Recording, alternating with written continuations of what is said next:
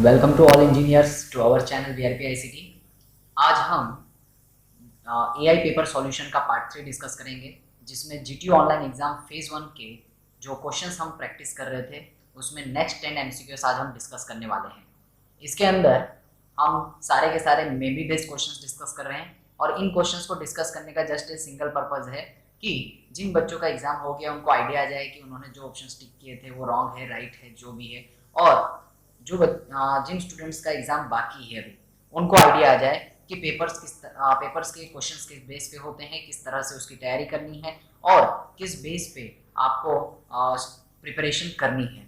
तो एक आपको जस्ट ओवरव्यू आइडिया आ जाए तो आप इन क्वेश्चंस को समझ सकते हो कि क्वेश्चंस का लेवल क्या है और इसके बेस पे आप अपनी प्रिपरेशन स्टार्ट कर सकते हो। तो let's start with question number 1। देखिए, पहला क्वेश्चन पूछा गया है, in which reasoning previous knowledge does not affect by the adding new knowledge। Means कि मान लीजिए मेरे पास ऑलरेडी कोई नॉलेज है, जस्ट मैंने लास्ट लेक्चर के अंदर भी सिमिलर टाइप के क्वेश्चन के बारे में डिस्कस किया था, जिसमें क्या होता है कि जैसे मान लीजिए मेरे पास स्टेटमेंट ए है, स्टेटमेंट बी है, ऑलरेडी नॉन है और इन दोनों स्टेटमेंट के बेस पे मेरे पास एक कंक्लूजन है। अब मैंने इसमें क्या किया, स्टेटमेंट सी जो है वो ऐड कर दिया और स्टेटमेंट सी ऐड करने से अगर कंक्लूजन में चेंज नहीं आता है, कंक्लूजन में कोई चेंज नहीं आता, तो हम उसे क्या कहते हैं, मोनोटोनिक रीजनिंग कहते हैं। अगर कंक्लूजन के अंदर चेंज आ गया, ठीक है, तो उसे हम क्या कहते हैं, नॉन मोनोटोनिक रीजनिंग कहते हैं। लेकिन हमें पूछा है कि अगर प्रीवियस नॉलेज के अंदर किसी भी तरह का अफेक्टेड नहीं हो प्रीवियस नॉलेज, तो हम उसे क्या कहेंगे, मोनोटोनिक रीजनिंग कहेंगे। नेक्स्ट देखिए, which reasoning not focus on computing probability of proposition but on computing probability of proposition for which there is a supporting evidence. ठीक है, तो यहाँ पे प्रपोजिशंस की बात हो रही है, तो हम ये चीज जानते हैं कि हमने दो चीजें डिस्कस की थी, एमबी और एमडी। ठीक है, measure of belief and major of disbelief. तो जहां पे मेजर ऑफ बिलीफ ज्यादा होता है वहां पे जो हमने कंक्लूजन दिया है उसको सपोर्ट करने वाला एविडेंस हमारे पास होता है। ठीक है, तो जब हमारे पास सपोर्टिव एविडेंस हो, ठीक है, तो जिस प्रिपोजिशंस के लिए हमारे पास सपोर्टिंग एविडेंसेस हो, हम सिर्फ उसे ही काउंट करें, उसी की प्रोबेबिलिटी पता करें, तो ये कौन सी थियरी के ऊपर बेस्ड होता है, तो शेपर थियरी जो है वो यूज करती है कि जिन एविडेंस के बेस पे हम बता सकते हैं कि ये जो कंक्लूजन है या जो प्रपोजिशन हमने कंसीडर किया है वो ट्रू है। ठीक है, तो उन बेसिस पे सिर्फ उनकी प्रोबेबिलिटी रिप्रेजेंट करने के लिए हम डेम्स्टर शेपर थियरी का यूज करते हैं। नेक्स्ट देखिए, temperature of room is very cold. तो यहाँ पे एक ध्यान देने वाला एक बहुत बेहतरीन वर्ड यूज किया है, दैट इज वेरी कोल्ड। तो यहाँ पे वेरी कोल्ड की बात हो रही है, तो very cold can be represented only by fuzzy set. Yes, तो हम यहाँ पे इसके बारे में भी हमने डिस्कस किया था।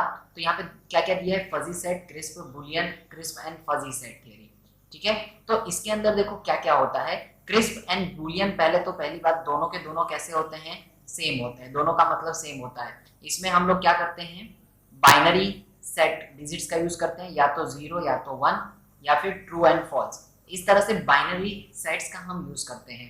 ठीक है, तो क्रिस्प एंड फजी सेट दोनों तो पॉसिबल नहीं कि दोनों हो।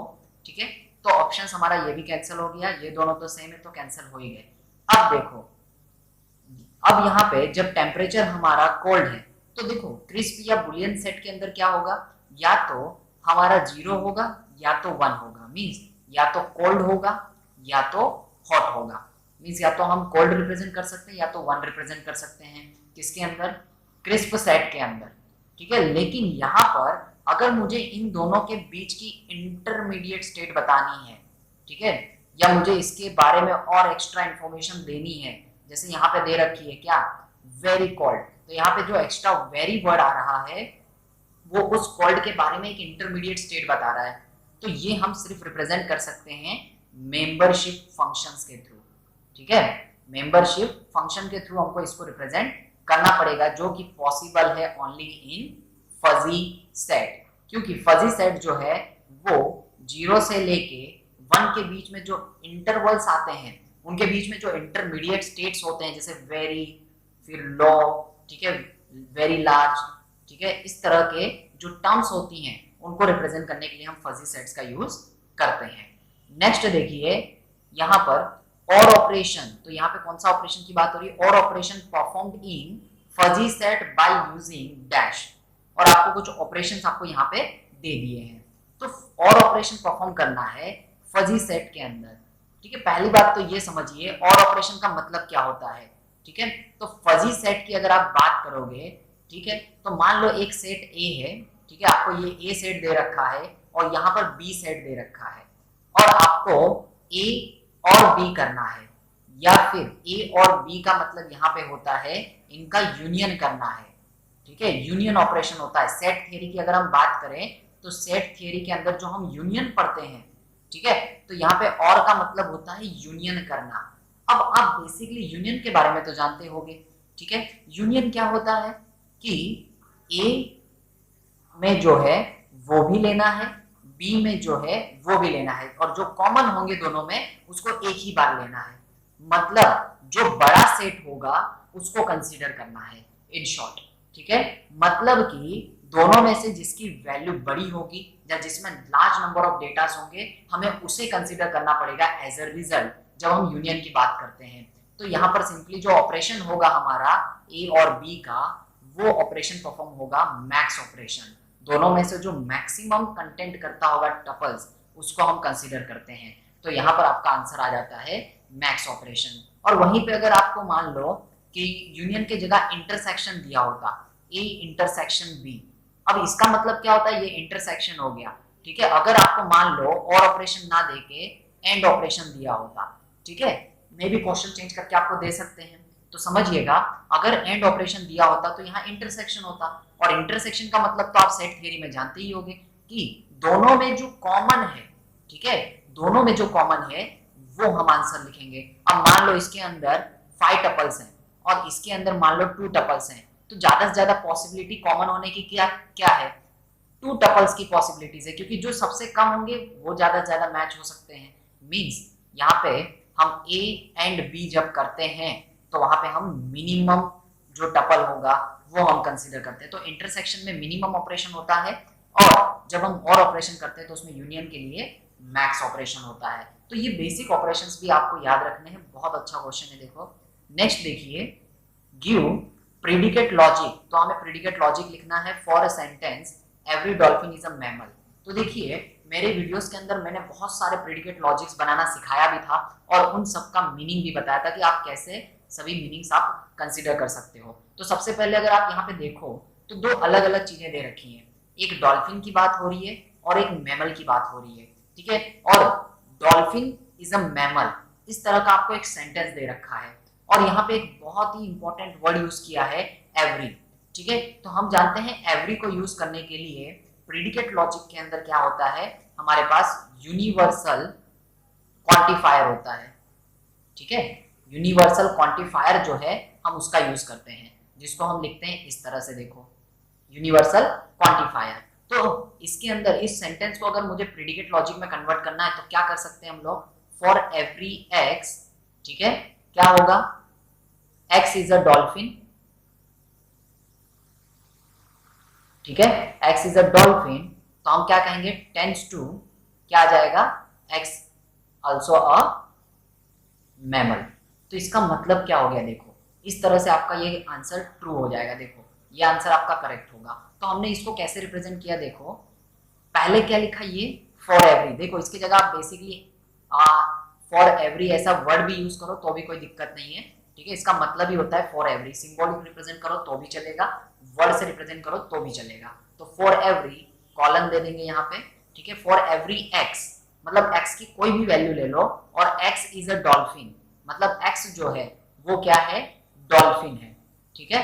और अगर एक्स डॉल्फिन है तो एक्स कोई भी ले लो, एक्स कुछ भी ले लो वो डॉल्फिन है, और एक्स इज अ मैमल। और अगर, और साथ ही साथ एक और चीज बोल रहे हैं कि एक्स इज अ मैमल, ठीक है, मतलब कि एक्स अगर डॉल्फिन है तो यहाँ बीच में कीवर्ड यूज होगा देन, इसके लिए क्या यूज होता है, देन कीवर्ड। तो एक्स अगर डॉल्फिन है तो एक्स इज अ मैमल, मतलब x क्या है, फॉर एवरी x, मतलब x कोई भी हो सकता है, तो हर एक x के लिए x अगर डॉल्फिन है तो वो x मैमल भी होगा, तो इसका इनडायरेक्टली मीनिंग वही निकलता है कि every dolphin is a mammal. तो आपका ये वाला आंसर करेक्ट हो जाएगा रिप्रेजेंटेशन के तरीके से। नेक्स्ट देखिए, इफ एमबी, देखो मैंने बताया हुआ है ये एमबी क्या होता है, measure of belief, is zero then it concludes. तो आपको यहाँ पे क्या बोल दिया, देखो MB is equals to zero, मतलब एमबी के अंदर हम क्या लेते थे, एच और ई लेते थे, मतलब कि हाइपोथेसिस के लिए, पर्टिकुलर हाइपोथेसिस के लिए हम एविडेंस रिप्रेजेंट करते थे। अब आपको यहाँ पे बताया हुआ है कि हाइपोथेसिस के लिए जो एविडेंस बताना है, ठीक है, वो जो है वो जीरो है, मतलब बिलीफ जो है वो जीरो है। यहाँ पे बिलीफ की बात हो रही है, तो बिलीफ जो है वो नहीं है, समझिए यहाँ पे अगर बिलीफ ही नहीं है, ठीक है, तो इसका मतलब यहाँ पे पूरा का पूरा स्टेटमेंट किसके ऊपर बिलीव होगा, मेजर डिसबिलीफ, ठीक है। अगर बिलीफ है ही नहीं तो ये पूरा का पूरा स्टेटमेंट जो है वो कैसा होगा, मेजर ऑफ डिसबिलीफ। तो एमडी, तो MD is equals to H E आ जाएगा। तो अगर ये मेजर डिसबिलीफ कंटेन कर रहा है तो दोनों का मीनिंग क्या हो गया, अगर हमारा एमबी नहीं है, मतलब समझिएगा एमबी की वैल्यू जीरो है, मतलब यहाँ पे स्टेटमेंट के अंदर किसी भी तरह का बिलीफ बचा ही नहीं है, मतलब पूरा का पूरा स्टेटमेंट जो हम सेंटेंस ले रहे हैं वो कैसा है, डिसबिलीफ का है। इसका मतलब डिसबिलीफ का मतलब क्या होता है, पहले तो बिलीफ का मतलब समझिए, अगर बिलीफ है तो इसका मतलब कि हम ऐसा कह सकते हैं कि ये जो एविडेंस हमने दिया है ये हाइपोथेसिस को सपोर्ट कर रहा है, लेकिन अगर डिसबिलीफ है तो ये एविडेंस किसी भी तरह से हाइपोथेसिस को सपोर्ट नहीं कर रहा है। तो इधर हमें क्या दिया हुआ है, एम बी इज जीरो, मतलब बिलीफ तो है ही नहीं, तो पूरा का पूरा क्या बच गया, डिसबिलीफ बच गया। तो डिसबिलीफ का मतलब क्या हो गया कि evidence fails to support the hypothesis, ठीक है। तो इसका मतलब जो हमें यहाँ पर हाइपोथेसिस दे रखी होगी और उसके लिए जो हम एविडेंस प्रोवाइड कर रहे हैं वो दोनों में कोई रिलेशन ही नहीं है, ठीक है। मतलब एक तरह से समझिए कि केस चल रहा है कोर्ट के अंदर, आप जो भी सबूत दे रहे हो वो साबित कर ही नहीं पा रहे हैं, जो हम बोल रहे हैं उसको साबित ही नहीं कर पा रहे हैं, ठीक है, तो हम उसे क्या कहेंगे, मेजर डिसबिलीफ। नेक्स्ट देखिए, following programme gives the output. तो आपको देखो मैंने इस तरह के क्वेश्चंस भी बताए हुए हैं, इसमें क्या दे रहा है, देखो member X comma X such that, और यहाँ पे खाली दिया हुआ है, तो इसका पहले तो मतलब समझिए, एक्स कोमा यहाँ पे एक लिस्ट दे रखी है और ये वैकेंट दिया हुआ है, ठीक है ना। तो यहाँ पे मीनिंग क्या हुआ, ये तो आपका फर्स्ट एलिमेंट हो गया इस ब्रैकेट का, ठीक है, आर्ग्यूमेंट हो गया, हम इसे कह सकते हैं कि आर्ग्यूमेंट वन, ठीक है, इसको हम क्या कहेंगे, आर्ग्यूमेंट वन। और यहाँ पे ये वाला जो सिंटेक्स दिया हुआ है इसका भी मतलब हमने प्रोलॉग के अंदर जब डिस्कस कर रहे थे तो हमने समझा था, देखिए एक्स सच दैट डैश, इस तरह से आपको दिया हुआ है। अब यहाँ पर समझिएगा इसका मतलब क्या होता है, ये लाइन जो हम यूज करते हैं इसका मतलब क्या है कि ये रिप्रेजेंट कर रहा है हेड को और ये रिप्रेजेंट कर रहा है टेल को, ठीक है। तो टेल और हेड में डिफरेंशिएट करने के लिए हम इस लाइन का परपेंडिकुलर जो लाइन है, पाइपलाइन बोलते हैं इसको हम, उसका यूज करते हैं, स्ट्रिप लाइन का यूज करते हैं, ठीक है। तो हेड और टेल की बात हो गई। तो ये आपको एक लिस्ट दे रखी है, दिस इज अ लिस्ट। अब यहाँ पे पूछा है कि मेंबर, ठीक है, तो यहाँ पे इसका मतलब क्या होता है, तो हम यहाँ पे चेक कर रहे हैं एक्चुअली कि एक्स इस लिस्ट का मेंबर है कि नहीं, और इस तरह का क्वेश्चन हमने प्रोलॉग में किया हुआ है कि x is a member of list और नॉट। देखिए हेड में मैच हो गया, हेड में मैच कर रहा है, मतलब yes x is a member of x is a member of list, ठीक है। तो ये एक्स इसका मेंबर है, तो इसका रिजल्ट भी ट्रू रिटर्न होता है यहाँ पे। और यहाँ पे भी वही चीज दे रखी है, देखो एक्स दिया है और ये दिया है, अगर एक्स जो है वो इस लिस्ट में वाई को बिलोंग कर रहा है और यहाँ पे टेल कुछ दे रखा होगा, ठीक है, टेल हमें नहीं पता, और it tends to member X comma list, ठीक है। तो यहाँ पे जो लिस्ट दे रखी है वो बिलोंग कर रही है, तो यहाँ पे जो एक्स जो है वो लिस्ट को बिलोंग करता है। अब इसका मतलब क्या हो गया कि यहाँ पे दो तरह की चीजें हैं कि x जो है वो यहाँ पे दे रखा है और यहाँ पे y और यहाँ पे टेल में कुछ नहीं दिया है, देखो तो y तो आपका हो गया यहाँ पे हेड, ठीक है, और ये जो टर्म दे रखी है ये क्या है, टेल होगी, और टेल के अंदर तो l is representing the tail, तो ये जो l है ये रिप्रेजेंट कर रहा है टेल को, और हमें यहाँ पे दिया हुआ है कि x जो है वो मेंबर है इस लिस्ट का, ठीक है। x अगर इसका मेंबर हो तो ऑब्वियस सी बात है इस लिस्ट के अंदर x होना चाहिए, मतलब x should be the member of this. तो ये सिंपली प्रोग्राम जो आपको दिया है ये कर क्या रहा है, प्रोग्राम यहाँ पे नहीं कोई डेटा प्रिंट कर रहा है, ठीक है, ये प्रोग्राम सिंपली क्या कर रहा है, चेक कर रहा है कि जो फर्स्ट आर्ग्यूमेंट है is whether a list, weather a member of list और नॉट, ठीक है। तो इस लिस्ट का ये मेंबर है या नहीं, सिर्फ इतना हम यहाँ पे चेक कर रहे हैं क्योंकि ये लिस्ट दी है और ये इसका मेंबर है कि नहीं, ये चेक करने के लिए हम इस कोड का यूज करते हैं। तो D will be the correct answer. Next question देखिए, which is incorrect about Hopfield network. तो देखिए चैप्टर नंबर 13 में से आपको दिया हुआ है कनेक्शन नोड्स में से हॉपफिल नेटवर्क्स हम यूज करते हैं। तो हॉपफिल नेटवर्क के अंदर देखो it suppose distributed asynchronous control, ये भी ट्रू है, ठीक है। पैटर्न जो होते हैं वो नेटवर्क के अंदर स्टोर होते हैं, ये भी ट्रू है। और ये सिस्टम हमारी फॉल्ट टॉलरेंस होती है, ये भी ट्रू है, ठीक है। तो ये तीनों के तीनों जो है वो हॉपफिल नेटवर्क के अंदर सपोर्टिव है, ठीक है। ये उसके फीचर्स हैं, एक्चुअली आप पढ़ोगे तो हॉपफिल नेटवर्क्स के फीचर्स में आपको ये सारे फीचर्स मिलेंगे, ये थियोरेटिकल कांसेप्ट है, ठीक है। लेकिन हॉपफिल नेटवर्क की एक प्रॉब्लम है, ठीक है। हॉपफिल नेटवर्क की प्रॉब्लम क्या है कि हॉपफिल नेटवर्क्स के अंदर जो नोड्स होते हैं वो हमेशा लोकल मिनिमा के साथ स्टिक हो जाते हैं, ठीक है, स्टिक्स विद लोकल मिनिमा, मतलब जिसकी वजह से ग्लोबल सॉल्यूशन नहीं दे पाते वो। अब यहां पे क्या कहा है देखो, it sticks local maxima instead of global maxima. तो मैंने क्या कहा कि it sticks with local minima, और यहाँ पे ये लोग क्या कह रहे हैं कि ये स्टिक करता है लोकल मैक्सिमा के साथ। तो ये ऑब्वियसली आपका इनकरेक्ट स्टेटमेंट है, ठीक है। देखो बहुत बारीक पॉइंट पकड़ा हुआ है यहाँ पे, मिनिमा और मैक्सिमा में डिफरेंस दिया हुआ है, ठीक है, और इसका अपना ही एक इंपॉर्टेंस भी है। लेकिन आप समझ सकते हो कि कितना डिटेलिंग के ऊपर क्वेश्चन पूछा जा रहा है, मतलब ट्रू फॉल्स वाले क्वेश्चंस में तो सबसे ज्यादा फंसने के चांसेस होते हैं, जिससे आपको अगर स्टेटमेंट वाइज थियरी का ज्यादा डीप नॉलेज होगा तो आप स्टेटमेंट्स को करेक्ट या इनकरेक्ट जो है वो आप वहां पे डिस्टिंग्विश कर पाओगे। नेक्स्ट क्वेश्चन देखिए, विच predicate forces back tracking in prologue, ठीक है। तो मैंने प्रोलॉग के अंदर आपको बताया भी था कि कट जो है वो क्या करता है, प्रिवेंट करता है बैक ट्रैकिंग, ठीक है। बैक ट्रैकिंग को प्रिवेंट करने के लिए हम प्रोलॉग के अंदर क्या यूज करते हैं, कट का, जिसको हम एक्सप्लेनेशन मार्क से यूज भी करते थे बैक कट को रिप्रेजेंट करने के लिए। और यहाँ पे जो फेल है, ठीक है, तो फेल प्रेडिकेट का यूज करते हैं हम लोग कि जो क्या करे, फोर्सेस टू बैक ट्रैकिंग, ठीक है। तो बैक ट्रैकिंग को फोर्स करने के लिए हम क्या करते हैं, प्रोलॉग का खास करके हम दो ही चीजों का यूज करते हैं, रिपीट तो वहां पे आएगा ही नहीं, ठीक है। तो कट एंड फेल दो चीजों का यूज करते हैं। अगर हमें बैक ट्रैकिंग को प्रिवेंट करना है तो कट का यूज करेंगे, अगर बैक ट्रैकिंग को फोर्सफुली हमें बैक ट्रैकिंग करवानी है मतलब तो हम क्या करेंगे, वहां पे फेल्स प्रेडिकेट लॉजिक जो है वो इंप्लीमेंट कर देंगे। तो देखो प्रिवेंट के लिए भी एग्जाम में आपको पूछा जा सकता है, फोर्स के लिए भी पूछा जा सकता है, तो दोनों आपको याद होने चाहिए। नेक्स्ट देखिए, there is a drought because it has not rain for a long time. तो इसमें एम्बिग्यूटी है कि नहीं, तो पहली बात तो आप यहाँ पे समझिएगा, एम्बिग्यूटी की जब बात करते हैं हम तो यहाँ पे एक वर्ड दे रखा है आपको ड्रॉट।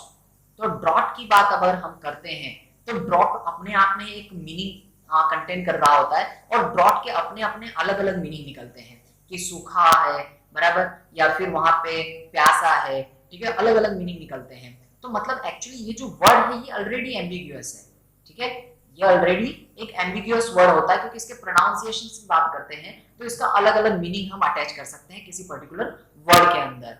तो यहाँ पर इसका जब डबल मीनिंग निकलता हो, मतलब एक से ज्यादा मीनिंग्स की बात हम कर रहे होते हैं सेंटेंसेस के अंदर, तो वो होता है हमारा सिंटैक्टिक एम्बिग्यूटी।